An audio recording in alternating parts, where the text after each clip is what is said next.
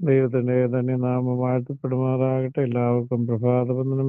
പ്രവാചകരുടെ പുസ്തകം 41-ാം അധ്യായം 10-ാമത്തെ വാക്ക് മുതൽ താഴേക്ക് നമ്മളിങ്ങനെ വായിക്കുന്നു. കർത്താവ് പറയുന്നു, പ്രവാചകൻ വഴിയായി കർത്താവ് പറയുന്നു, നീ ഭയപ്പെടേണ്ട, ഞാൻ നിന്നോട് കൂടെയുണ്ട്. എത്ര ആശ്വാസകരമായ ഒരു വചനമാണ് ദൈവത്തിന്റെ തിരുവഴുത്തിൽ കൂടെ നമുക്ക് കേൾക്കുവാൻ കഴിയുന്നു.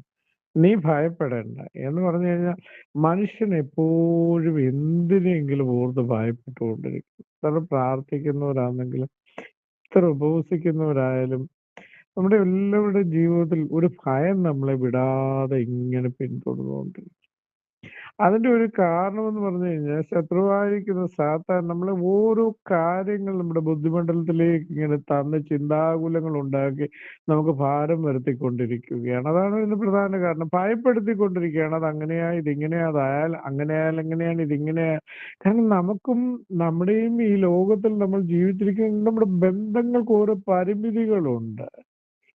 ഇപ്പൊ ലോകം ഏറെ മാനിക്കപ്പെടുന്നുണ്ട് ഭാര്യ ഭർത്തൃബന്ധം. എന്നാൽ എല്ലാ കാര്യങ്ങളും ഭർത്താവിനോട് ഏത് ഭാര്യ പറയുന്നു? അല്ലെങ്കിൽ ജീവിതത്തിന്റെ എല്ലാ ദുഃഖങ്ങളും ഏത് ഭാര്യയോട് ഏത് ഭർത്താവ് പറയുന്നു? ചുരുക്കം ചില കുടുംബങ്ങളിൽ മാത്രമേ ഉള്ളൂ തങ്ങളുടെ ദുഃഖങ്ങളും തങ്ങളുടെ ഭാരങ്ങളും പരസ്പരം ഷെയർ ചെയ്യുന്നത്. ബാക്കിയൊന്നും അതിനൊരു കാരണമുണ്ട്. പലരുടെയും കാരണം ഒരുപക്ഷെ ഭർത്താവ് അഭിമുഖീകരിക്കുന്ന ജീവിതത്തിന്റെ പ്രതിസന്ധി താങ്ങുവാനുള്ള കാര്യത്തിൽ ഭാര്യയ്ക്ക് ചിലപ്പോൾ ഒരുപക്ഷെ കാണില്ല. അതുകൊണ്ട് ഭയന്ന് ആ മനുഷ്യൻ അത് ഭാര്യയോട് ഷെയർ ചെയ്യും. തന്റെ ഉള്ളിൽ തന്നെ ഒതുക്കി തിരിച്ചു ഇങ്ങനെ ഭാര്യ പറയുന്നത് താങ്ങുവാനുള്ള കാര്യത്തിൽ ഒരുപക്ഷെ ഭർത്താവിന് കഴിയാത്ത ദുർബലനായിരിക്കാം. അതുകൊണ്ട് ഒരുപക്ഷെ ഭയപ്പെടാതിരിക്കാൻ ഭാര്യ എന്ത് ചെയ്തു? തന്നിലേക്ക് തന്നെ അത് വെക്കുന്നു. ഇങ്ങനെയുള്ള ജീവിതത്തിന്റെ സങ്കീർണതകൾ കൂടി കടന്നു പോകുന്ന ദൈവത്തിന്റെ പൈതലിനെ എപ്പോഴും ഭയപ്പെടുത്തി പിശാച് അവന്റെയും അവളുടെയും പുറകിൽ ഇങ്ങനെ നിൽക്കുമ്പോ കർത്താവ് ഇവിടെ പറയുക, കർത്താവ് പറയുന്നത് എന്താണ്? നീ ഭയപ്പെടണ്ടെന്നാ പറയുന്നത്. ശരിക്കും എന്തിനാ ഭയപ്പെടുന്നത്? ആരെയാ ഭയപ്പെടേണ്ടത്? ദൈവത്തിന്റെ മാറിൽ ചാരി യാത്ര ചെയ്യുന്ന ഒരു ദൈവവേദന ആരെ ഭയപ്പെടണം? അതും സകല ലോകത്തെയും സകലത്തെയും തന്റെ വചനത്താൽ ഉരുവാക്കി കർത്താവ് പറയുകയാണ്, നീ ഭയപ്പെടണ്ട. പിന്നെ ആരെ ഭയപ്പെടണം? ദൈവത്തിന്റെ വേദലെ മറ്റുള്ളതിനെ ഭയപ്പെടുവാനുള്ളതല്ല ഒരു ദൈവത്തിന്റെ ബദൽ. കാരണം തന്റെ വിലയേറെ രക്തം ചീന്തി സമ്പാദിച്ചോന്നാണ് നീ ഞാനും ദൈവത്തിന്. ഈ ലോകത്തിൽ ഏത് മനുഷ്യനാണ് രക്തം ചീന്തി ഒരു ബന്ധം ഉണ്ടാക്കിയിരിക്കുന്നത്? ആ രക്തത്തിന്റെ വിലയാണ് നമ്മൾ എന്ന് പറയുമ്പോൾ ആ പ്രാണൻ പ്രാണൻ എന്ന് പറയുന്നത് രക്തമാണ്. ലേവ്യ പുസ്തകത്തിൽ കർത്താവ് പറയുന്നു, നിങ്ങൾ രക്തം ഭക്ഷിച്ചുകൂടാ, കാരണം അത് പ്രാണനാണ്.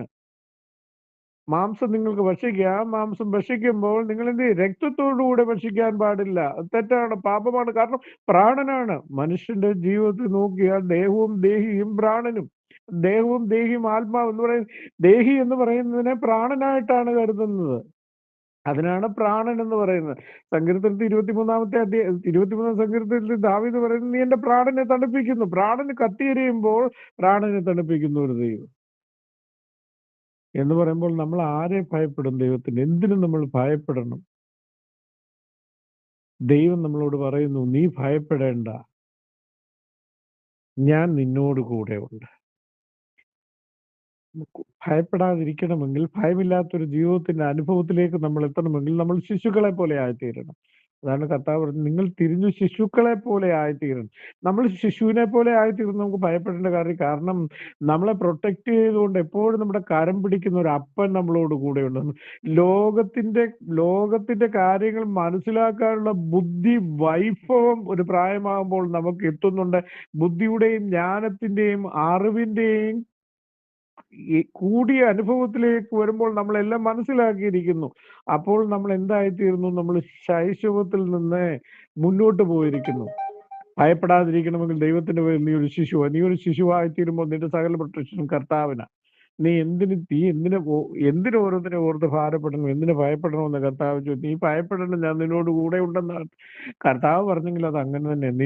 നിനക്ക് ഈ വാഗ്ദത്തം ദൈവം നിന്നോട് ചെയ്തിട്ടുണ്ട്. നീ ഭയപ്പെടണം, ഞാൻ നിന്നോട് കൂടെ ഉണ്ടെന്ന് കർത്താവ് നിന്നോട് വാക്ക് പറഞ്ഞിട്ടുണ്ടെങ്കിൽ ഈ ലോകത്തിൽ ആര് വിട്ടുമാറിയാലും, ഭാര്യ വിട്ടുമാറിയാലും, ഭർത്താവ് വിട്ടുമാറിയാലും, മക്കൾ ഉപേക്ഷിച്ചു പോയാലും, ആര് ഉപേക്ഷിച്ചു പോയാലും കർത്താവ് പറയുന്നു, നീ ഭയപ്പെടണം, ഞാൻ നിന്നോട് കൂടെ ഉണ്ട്.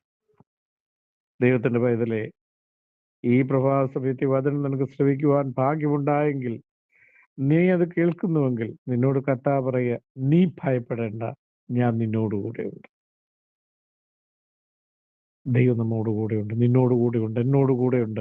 ഭയപ്പെടുവാൻ നമുക്ക് കാര്യമില്ല. ദാസ്യത്തിന്റെ ആത്മാവിനെ അല്ല തന്നിരിക്കുന്ന, അബ്ബാ പിതാവേ എന്ന് വിളിക്കുവാനുള്ള പുത്രത്വത്തിന്റെ ആത്മാവിനെ നമുക്ക് നൽകുകയും ദൂതന്മാരാൽ നമ്മളെ സംരക്ഷിക്കുകയും പരിശുദ്ധാത്മാവെന്ന കാര്യത്തിനാൽ നമ്മെ നടത്തുകയും ചെയ്ത കർത്താവ് പറയുന്നു, നീ ഭയപ്പെടേണ്ട, ഞാൻ നിന്നോട് കൂടെയുണ്ട്. അതെ, ദൈവം